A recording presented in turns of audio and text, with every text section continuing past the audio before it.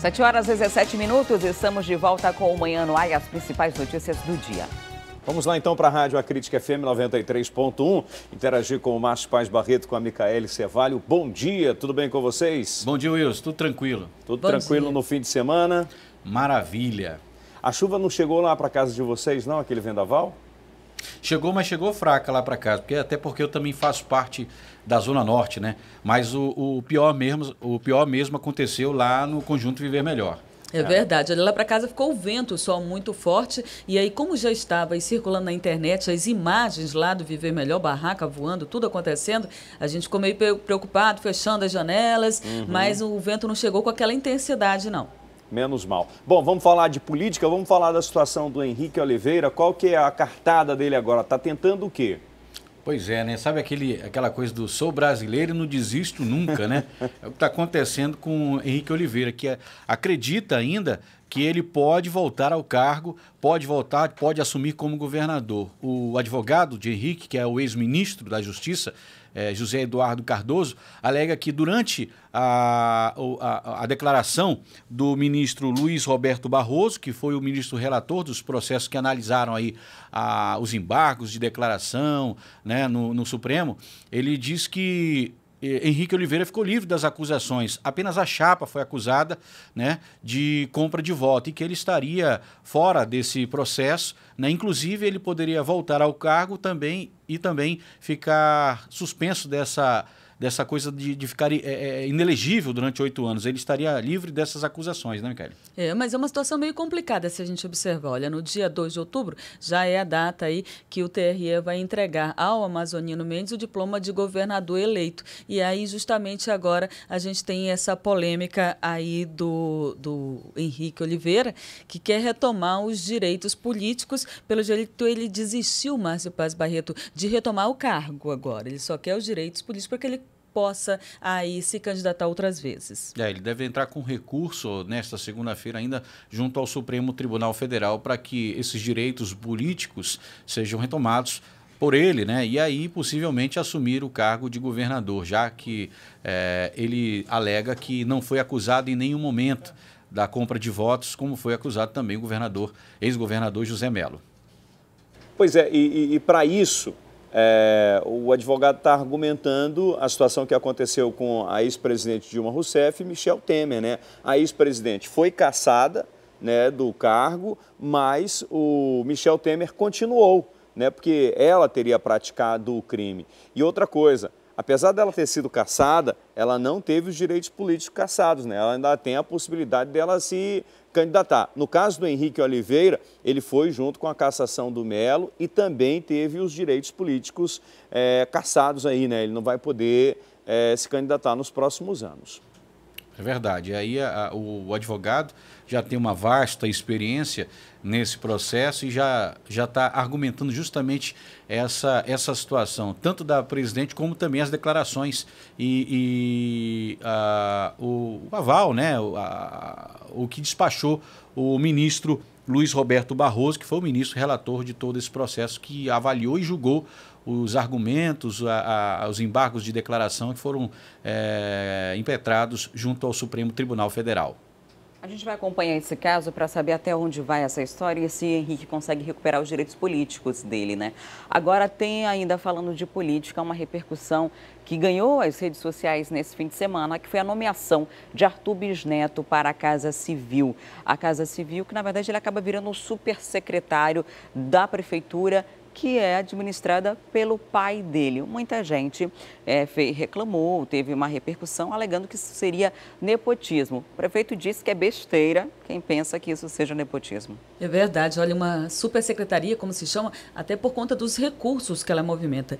205 milhões de reais seria o orçamento dessa secretaria. E hoje a Frente Popular do Brasil, advogados e advogadas pela democracia, a Justiça Social e Cidadania se mobilizam justamente justamente para apresentar hoje ao Poder Judiciário amazonense uma reclamação, pedindo que seja derrubada a nomeação do deputado federal Arthur Bisneto para a chefia da Casa Civil. Isso tudo por conta do anúncio feito na sexta-feira pelo prefeito da cidade, dizendo que estava nomeando aí o filho para esse cargo de secretário. Isso deve dar muito o que falar. Com certeza. E, Adriane, vou dizer uma coisa para vocês.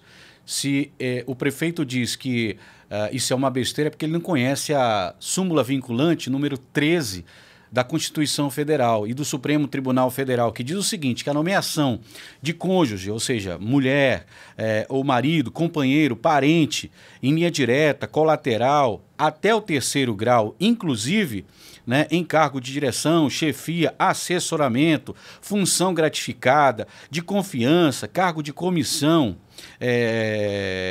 que seja ligada a uma administração direta ou indireta, de qualquer poder da União, viola a Constituição Federal. Isso está bem explícito na Constituição Federal, nessa súmula vinculante número 13 do Supremo Tribunal Federal. E aí a gente lembra que há 3 meses o próprio prefeito chegou também a nomear sua esposa, né, como secretária do Fundo Social, mais uma vez violando a Constituição Federal. Parece que isso é uma prática dele, não deve conhecer a súmula, né, número 13 do Supremo Tribunal Federal para adotar essas medidas e falar que isso é uma besteira. Bom, e justamente nesta época que ele fez a nomeação, ele recebeu aí uma recomendação do Ministério Público de Contas para que evitasse esse tipo de nomeação a parentes, a cônjuges ou a qualquer outro tipo de pessoa que tenha algum grau de parentesco com ele.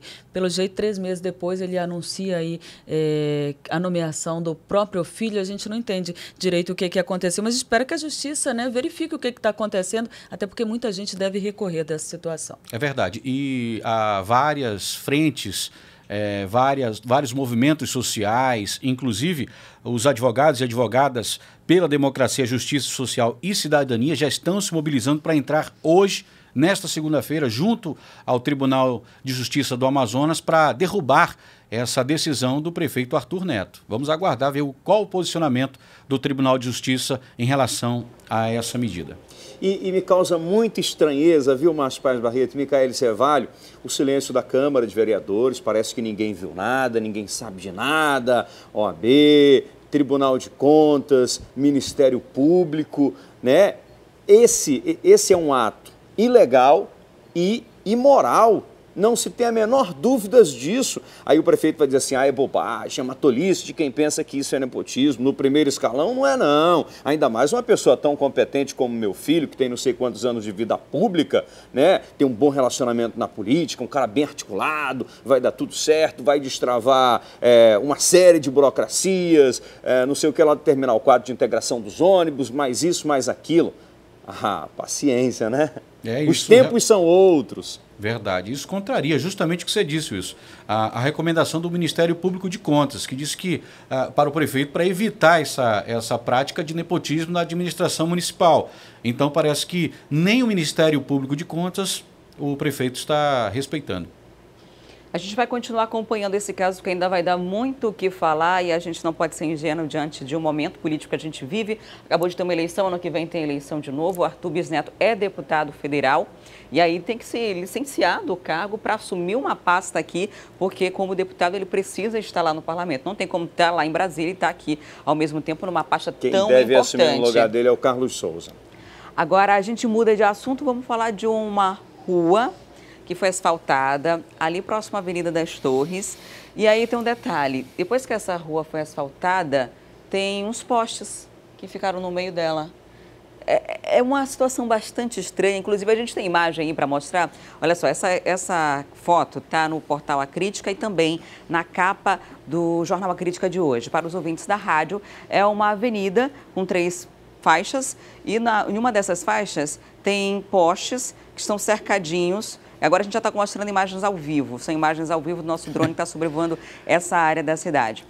E aí tem um cercadinho para o poste e depois vem a calçada. Um cercadinho de concreto, tá? Um cercadinho de concreto em cada um dos postes, aí vem a calçada das residências. É uma rua, inclusive, que foi sinalizada, né? Tem toda a sinalização horizontal e vertical, asfaltada com postes no meio. Que coisa estranha.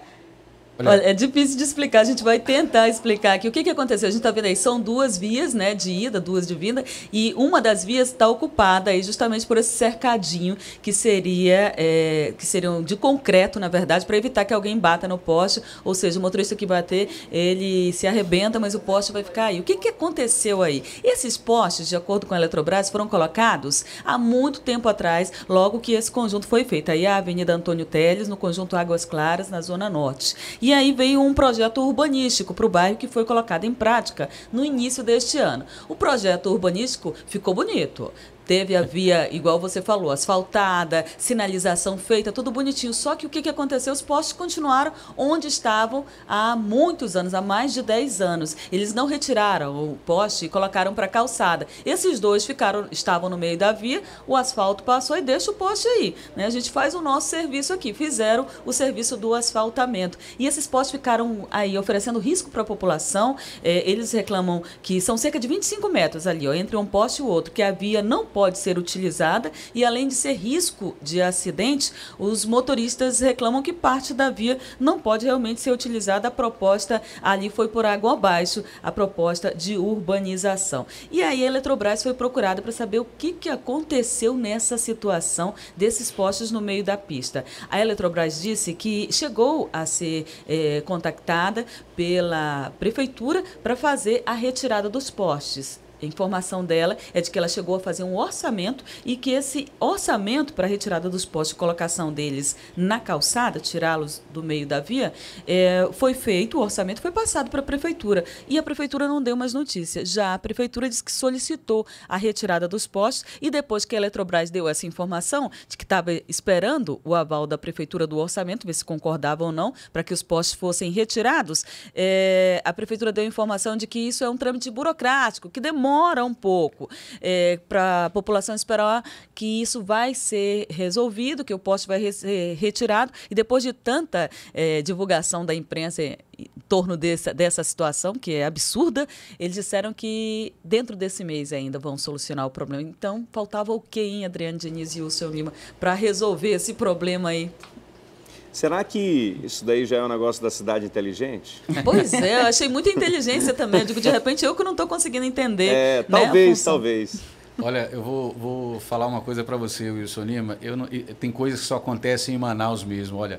Porque um erro grave, né? Um projeto tosco desse jamais poderia acontecer numa avenida principal do conjunto Águas Claras. Você vê que são 4 vias, né? E uma delas já está praticamente interditada por conta desse poste. E aí a prefeitura, mais uma vez, comete um erro gravíssimo, né? Eu não entendo como é que um engenheiro consegue assinar um projeto desse.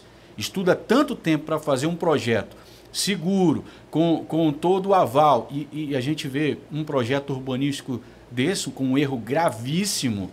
Olha, e olha só, Márcio, esse projeto de urbanização do Águas Claras demorou mais de 10 anos, né? As pessoas esperavam que ele fosse urbanizado e a entrega estava prevista para o final do ano passado, foi se estendendo para esse ano e depois de tanto tempo a gente ainda se depara com uma situação dessa. Já é difícil encontrar uma rua com a pavimentação ok, um asfalto lisinho. Aí quando você encontra, tem um poste no meio.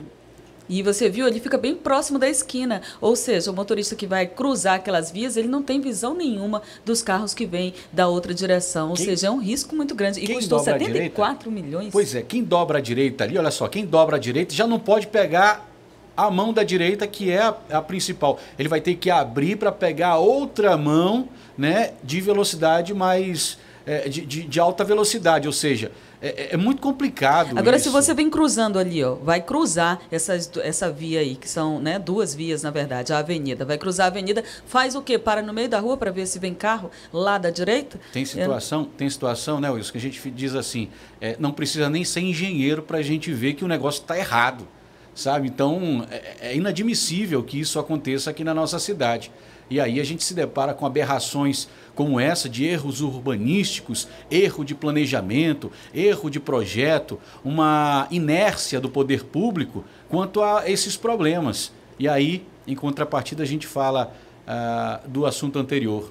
Estão preocupados em outras situações, como nomear parentes e amigos na administração municipal. Agora, um ponto me preocupa ali na situação aí desse asfalto. Se não puderam esperar que o poste fosse retirado para se fazer ali o asfaltamento da via, agora pode se resolver isso em menos de um mês? Em poucos dias? Faz um tapa-buracos. E outra coisa que eu estou percebendo, eu não sei se vocês veem em algum ponto aí, à noite, como é que faz para saber que tem um poste no meio da rua? Eu não estou vendo nenhum tipo de sinalização aí. Tem que ter aquela sinalização que brilha durante a noite para você identificar que você não pode seguir por essa via, né? Eu não estou percebendo nenhuma sinalização aí noturna. A preocupação, o que parece, não é com o motorista, é com o poste. O cercadinho para proteger o poste. Ok, você pode bater o seu carro, mas o poste não vai ser quebrado. Agora, eu ia até pedir para ver se tem luminária aí nesse poste, para que as pessoas possam, pelo menos de pertinho, enxergar esses dentes de dragão aí que a gente vê, esse concreto armado. Aí essa situação toda. Bom, luminária tem, tem lâmpada. Agora, se está funcionando, ninguém sabe. E é de LED. A luminária é de LED, chique, né? Agora, mas graças a Deus, Wilson, que ainda, segundo os moradores, não houve nenhum registro de acidente no local. Que bom. Mas a gente alerta aqui porque é inevitável, né? É inevitável. A qualquer momento pode acontecer um acidente por conta de toda essa situação. Bom, o espaço está aberto para a Prefeitura e também para a Eletrobras Amazonas Energia se manifestar sobre essa situação. Muito obrigado pela participação de vocês. Até amanhã. Até amanhã, Wilson. Até amanhã. Boa semana para todo mundo. Aí a semana só começando, né? Tem muita coisa pela frente. 2 feriados, inclusive. Boa semana para todo mundo. Obrigado. Tchau, tchau. E desde a última sexta-feira, agentes da Arsan estão nas principais saídas da cidade, realizando a Operação Transporte Seguro na Pátria. Ao menos 11 municípios que fazem parte da região metropolitana são atendidos. Sobre esse assunto, eu vou conversar agora com o Danilo Alves. Olá, Danilo. Quantas pessoas devem deixar a capital nesse feriado? Wilson, mais de 30 mil pessoas, segundo estimativa da Agência Reguladora dos Serviços Públicos Concedidos aqui do Amazonas, a Arsan. Muitas pessoas estão planejando sair daqui, principalmente da rodoviária de Manaus, e seguir para os outros municípios da cidade e até mesmo para os outros estados. Essas pessoas vão em ônibus das linhas intermunicipais, vão de carro ou vão de transporte que foi fretado, como ônibus e também até vans. E é justamente isso que a gente vai falar, sobre a fiscalização que a Arsan está fazendo desde sexta-feira e que termina só depois do feriado. Eu estou aqui com o presidente da Arsan, Fábio Alho. Muito bom dia, presidente. Uma segunda-feira com cara de sexta. Muita gente vai aproveitar esse feriado da pátria, né? Bom dia, é verdade. Já tem uma movimentação muito grande aqui na rodoviária de Manaus. A gente estima nessa semana em torno de 30 mil usuários, como você bem falou. Não só no transporte rodoviário intermunicipal, que é o regular, que sai aqui da rodoviária, com mais de 60 horários para 16 municípios aqui no estado do Amazonas, mas também todo o fretamento. Ônibus, micro-ônibus, táxis que são fretados, que seguem para o interior. E não só isso. Muitos ônibus chegam interestadual de Boa Vista na cidade de Manaus. Não só de Boa Vista, mas também dos municípios, como Manacapuru, Itacoatiara, Novo Airão. Movimentação grande, a Arsan fiscaliza, reforça a fiscalização, não só aqui na rodoviária, mas na ponte, na barreira da M010 e nas fiscalizações volantes com a Polícia Rodoviária Federal e o Detran. Pois é, muitas pessoas que estão assistindo a gente, que vão viajar, às vezes se perguntam, nossa, é muita barreira de fiscalização, tem fiscalização na parte da fronteira, né? Tem fiscalização nas barreiras, fiscalização em outras partes que já estão chegando ali no município, e isso é justamente por conta de segurança. Existem várias regras que são exigidas pela própria Arsan para o teu transporte ficar seguro. Além do horário, tem também a questão dos itens do próprio veículo. Já foram pegos muitos veículos que foram irregulares, né, professor? Sem dúvida. A operação visa a segurança do usuário. Sair da sua origem, chegar no seu destino com segurança. A gente acompanha nesse período de feriado muita fiscalização transporte clandestino. Ônibus, micro-ônibus, vans, sem autorização, colocando em risco a vida do usuário. Muitas barreiras são justamente para prevenir a clandestinidade no transporte rodoviário intermunicipal, assegurando a vida do usuário. Isso é importante, às vezes, tá parando na barreira, mas isso é a segurança. Nós estamos desde 2002 sem acidentes fatais no transporte rodoviário intermunicipal. Isso se dá pela conscientização do usuário, das empresas e principalmente a fiscalização e a parada desses veículos nos pontos fixos. Agora é bom a gente dar uma dica também, né? As pessoas que estão aqui para poder comprar suas passagens para ir para o interior ou para ir para outra cidade, outra capital aqui do nosso Brasil, prestem bastante atenção porque a ARSAN também está fiscalizando os horários de saída desses transportes, não é mesmo? Vai sair com vigor tudinho no horário certinho? Não só isso, todo trajeto, seja Itacoatiara, Manacapuru, Itapiranga, Novo Airão, enfim, se tiver passageiros já lotado no horário, a ARSAN já autoriza as empresas que operam o serviço do transporte intermunicipal a disponibilizar ônibus extras. Aqui mesmo na rodoviária de Manaus, o ônibus já fica aguardando. Se esse horário for lotado para Manacapuru, por exemplo, já vai ter um novo horário para sair imediatamente, justamente para o usuário não ficar esperando e ter condições de tráfego nesse horário. Então vai ter ônibus para todo mundo, transporte para todo mundo com segurança, né, Fábio? Mais importante, com segurança, a ARSAN fiscaliza, vai continuar a fiscalização até o final dessa semana e nós vamos fiscalizar ainda mais nas chegadas desses ônibus no interior do estado do Amazonas. Muito obrigado. Conversei com o Fábio Alho, presidente da ARSAN, dessa operação Transporte Seguro na Semana da Pátria. Aqui atrás, muita gente chegando na capital e muita gente partindo também para o interior do estado, as pessoas comprando aqui as passagens. Vamos se aproximar aqui domingos para a gente tentar falar com esses sortudos que vão aproveitar o feriado, porque para a gente jornalista, hoje é segunda-feira mesmo, vai ter que trabalhar a semana toda. Vamos ver, perguntar, você vai viajar ou tá deixando alguém aqui? Eu estou aguardando passagem ainda. Para onde é que você vai? Para Boa Vista. Para Boa Vista, vai encontrar alguém lá, família? Eu estou indo a trabalho, na verdade. Está indo a trabalho, então olha aí, vai ter gente que vai curtir o feriado e também vai ter gente que vai trabalhar. A oportunidade pintou por lá.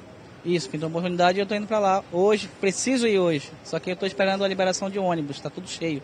Ah, já está lotado por conta desse feriado. Por conta do feriado, todas as empresas já estão cheias. Como é que é o seu nome? Jones. Jones, espero que você consiga, viu, sua passagem. Vindo mais um pouquinho para cá, a senhora vai viajar? Acabei de chegar de Boa Vista. Ah, chegou de Boa Vista e vai curtir o feriado aqui? Sim, uns 2 dias com a minha filha que mora aqui. Ah, muito bem. A senhora gosta da cidade? Né? É uma cidade, né, com os seus problemas. Manaus tem as suas peculiaridades, como todas têm. Mas vai curtir aqui, pelo menos vai ver a filhota. Sim, com certeza. Muito legal. As pessoas que vêm, chegam, esses, como diz a famosa música, esses encontros e despedidas, as pessoas chegam, vão, né, saem daqui da cidade e a gente espera que você que vai curtir esse feriado aproveite essa sua sexta, na verdade segunda com cara de sexta, para a semana que vem voltar com o pique todo para o trabalho, ou você que está sem trabalho com o pique todo para poder procurar, né, porque a gente sabe que apesar da nossa crise as pessoas precisam ter força de vontade para poder conseguir, né, um trabalho por aqui. E a gente continua na rodoviária de Manaus vendo essa movimentação das pessoas que saem da cidade, das pessoas que chegam aqui durante essa Semana da Pátria, que começa a partir de amanhã, no dia 5, e vai até o dia 8, como falou o Fábio Alho. Adriane, Wilson. Tá certo, obrigado Danilo, até daqui a pouco. E opção de lazer para esses dias de folga é o que não falta. Essa semana, o Museu da Amazônia vai abrir as portas para quem preferir aproveitar o feriado perto da natureza. E eu volto a conversar ao vivo com a Amanda Amorim. Olá, Amanda, você tem os detalhes da programação para a gente? Então, quantos horários de funcionamento do MUSA? Oi, Adriane, olha só, durante toda a semana a programação vai funcionar mais ou menos assim, de 8 da manhã até às 4 horas da tarde. Para quem não sabe, né, o MUSA fica localizado ali na Avenida Margarita, no bairro Cidade de Deus. E olha só, quem for morador tem desconto, viu? E crianças, na verdade, até 5 anos, elas não pagam. O adulto paga somente R$10. Uma ótima oportunidade, na verdade, para quem quer curtir esse feriado prolongado com a família, com os amigos e também com os filhos. Um passeio, na verdade, totalmente guiado, bastante segurança e, é claro, a população ela vai ter a oportunidade, na verdade, de conhecer um pouquinho mais sobre a nossa fauna. Lá ela vai poder se deparar, na verdade, com o lago de Vitórias Régias, vai também poder encontrar um aquário com diversos peixes aqui da nossa região e também corujas, né, que se escondem em ninhos. Ou seja, quem não tem nenhuma programação específica para esse feriado prolongado, sem dúvida alguma, essa é uma ótima opção, viu? Além disso, tem uma vista maravilhosa lá, né, Adriane? Se você já conheceu o local, sabe muito bem do que eu estou falando. Pode tirar selfies, né, e também registrar esse momento com a família. Até porque a gente sabe que um feriado desse é bem difícil, né? Olha só, a população vai ter uma oportunidade incrível aí de ficar um pouquinho mais com a família. Adriane. Olha, Amanda, e tem um detalhe. Para quem é daqui de Manaus ou para quem mora em Manaus, se for até o MUSA e apresentar um comprovante de residência em seu nome, paga meia, né? Por exemplo, a visitação na torre, né? Que na visita no museu e torre é R$30, mas se você leva esse documento, você paga 15. 15 também para estudantes e idosos, né? Que pagam meia entrada. Então é só levar esse documento, por mais que você não seja manauara, você consegue pagar meia se tiver um documento comprovando que é residente aqui da cidade. Amanhã, Amanda, essa é a minha programação. Terminou Manhã no Ar aqui, vou lá no MUSA. Obrigada pelas informações e até mais. E as meninas do Iranduba entraram em quadra na última sexta-feira no primeiro jogo da final da Copa do Brasil de Futsal na noite de sexta. As meninas do Hulk da Amazônia enfrentaram as Leoas da Serra, time de Santa Catarina, e deixaram a vitória escapar. As Leoas da Serra começaram a partida ganhando. O time do Iranduba chegou a empatar, mas no primeiro tempo terminou em 3-1. No segundo tempo, o time de Santa Catarina manteve o domínio de jogo e aos 8 minutos, Joana ampliou para as Leoas. A goleada foi fechada nesse chute de longe da Grace. Final, Leoas da Serra 5.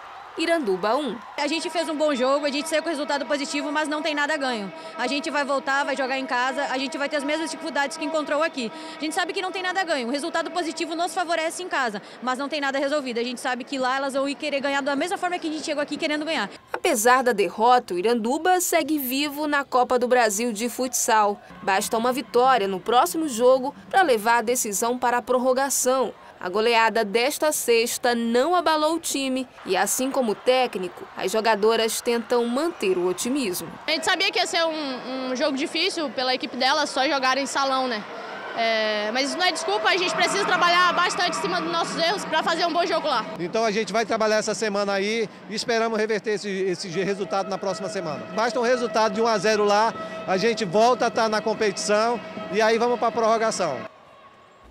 E por que esse resultado simples coloca as meninas aí em pé de igualdade com as Leoas? Porque nessa competição, nesse estágio da competição, não tem saldo de gols.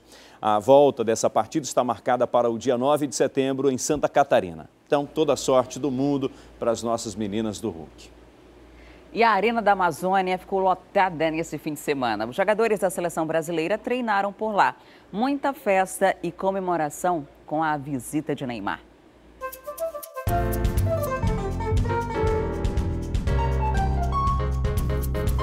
O templo amazônico do futebol, a seleção pentacampeã do mundo. Mistura quente e o resultado sensacional. Mais de 35 mil pessoas lotaram o anel inferior da Arena da Amazônia. Mesmo antes do treino, dava para ver o quanto de gente tirou o uniforme da gaveta e brincou de torcer. Tinha torcedor a caráter, brasilidade dos pés à cabeça. Esse Rivaldão, essa arena linda que está aí, lotada, eu tenho certeza que a seleção brasileira vai sair com energia, muita garra, chegar na Colômbia e chegar lá com cara, tá entendendo, de seleção brasileira mesmo. Gente de todas as idades, Ana Luísa veio para ver o jogador favorito. Agora, adivinha quem? É o Neymar. Pois é. O treino da seleção estava marcado para começar às 4 da tarde, horário Manaus. Mas, por causa do forte calor, a comissão decidiu adiar em 2 horas. Às 6h17 da noite, um por um, os jogadores começaram a entrar na arena, para a alegria da torcida. Os gritos se multiplicaram quando o jogador mais bem pago da temporada chegou em campo. Neymar Júnior tem seu carisma, viu? Acenou pra galera e até fez a volta olímpica. O treino durou 1h30 com alguns passes e marcações simples e até uma partida amadora. Também teve chute a gol, o momento favorito da torcida. A cada jogada, empolgação. Também teve amazonense em campo nesse treino. O Diego Maradona Baré, na verdade, o Diego Marques e o Rafael Renarte, jogadores da base do Nacional, jogaram com a seleção. Até o canarinho da seleção brasileira parou para prestar atenção na agilidade e técnica dos jogadores. Apesar da seleção brasileira já estar classificada para o Mundial de 2018, eles buscam foco. O jogo contra a Colômbia na terça-feira tem gosto de preparação para a Copa do Mundo da Rússia do ano que vem. Mas se depender da torcida amazonense, a vitória já é garantida. Jamil, que é expert em seleção, também apostou nessa vitória. Vai ser difícil, mas vai ser um bom teste para eles se preparar para a Copa do Mundo. O lateral esquerdo do Brasil, Felipe Luiz, substituto de Marcelo, que foi suspenso na última partida, estava sozinho na coletiva de imprensa, mas agradeceu pela oportunidade e está confiante nessa fase do time. Você sabe que pode ser seu último jogo ou pode ser o primeiro de muitos, então cada vez que eu tenho a oportunidade de jogar, eu vou com a mesma filosofia de sempre, dar o meu melhor. Sei que é difícil, o momento da seleção é maravilhoso, e sempre é difícil entrar no lugar do companheiro que está tão bem adaptado na posição, mas eu acredito que o momento é ideal para jogar e o time está com uma confiança enorme, então vamos tentar fazer um grande jogo e conquistar a vitória, que é o mais importante, porque com a camisa da seleção é sempre importante vencer.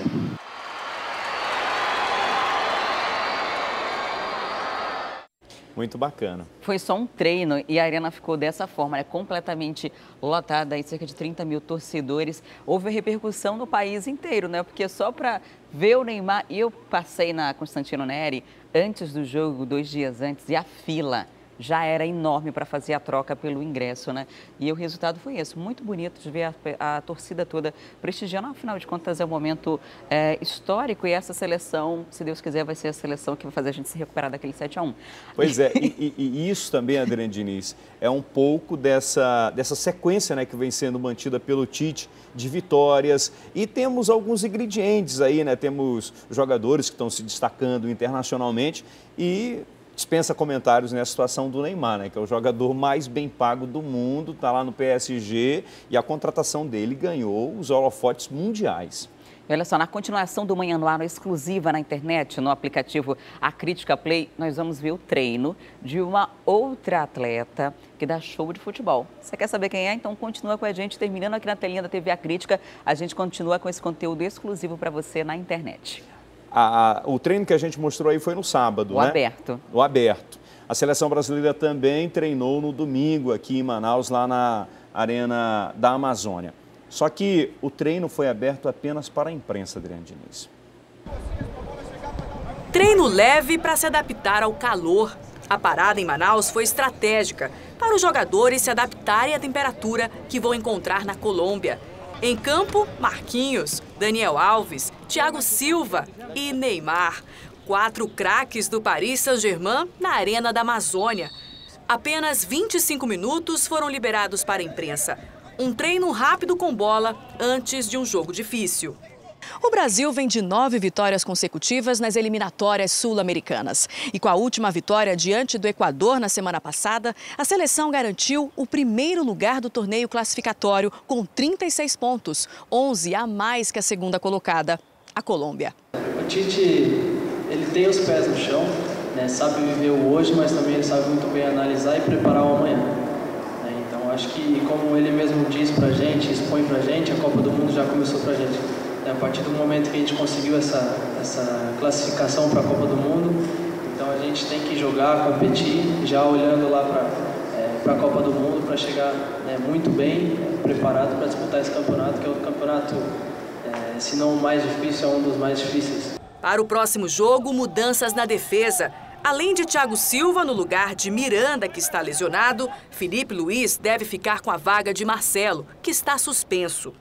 São algumas mudanças que não estavam esperadas no começo da convocação, uma por lesão e outra por suspensão, mas como a gente sempre frisa e tenta colocar em prática na nossa seleção, é o padrão de jogo. Acho que independente do jogador que vai estar ali naquela função, a gente tem uma ideia, tem um padrão e a gente vai sempre manter essa excelência nas nossas atuações. Ainda no domingo, a seleção brasileira embarcou para a Colômbia. Hoje, o treino será para reconhecimento do campo, no estádio Metropolitano Roberto Meléndez, palco da partida de amanhã contra os donos da casa. Ficaremos na torcida, então, pela seleção brasileira. Antes da gente terminar o programa, tem informação do trânsito? Não tem mais, não? Não o vamos, nosso drone está sobrevoando aqui o Complexo Viário Gilberto Mestrinho. É um trecho que sempre fica muito complicado, principalmente na segunda-feira. Olha só. Só que hoje, Adriane Diniz, véspera de feriado, está aparentemente tranquilo, pelas imagens que a gente viu aqui, sem muitas dificuldades. A gente viu só metade das imagens. Era o encontrão da Avenida das Torres com a Alameda Cosme Ferreira. Enfim, a gente vai ficando por aqui e agradece a sua companhia nesse início de semana. Essa semana é de feriado prolongado. Muita gente não vai trabalhar a semana inteira, muita gente não vai para aula, mas a gente tem informação todos os dias para você. Então continue com a gente todos os dias aqui no Manhã no Ar. Você fica agora com Fala Brasil, as notícias do Brasil e do mundo. Logo em seguida tem Hoje em Dia, tem o Magazine e ao meio-dia o Cinema está de volta com Alô Amazonas. E olha só, continua com a gente que nós vamos estar numa Crítica Play. Daqui a pouco eu vou mostrar uma atleta aqui da casa. A mulher joga muito, hein, Adriane Diniz? Eu vi umas coisas aí na internet. Ela joga muito. E ela vai estar aqui no estúdio com a gente para saber se aquilo é montagem de internet ou se ela joga mesmo. Obrigado pela sua companhia. Tchau, tchau.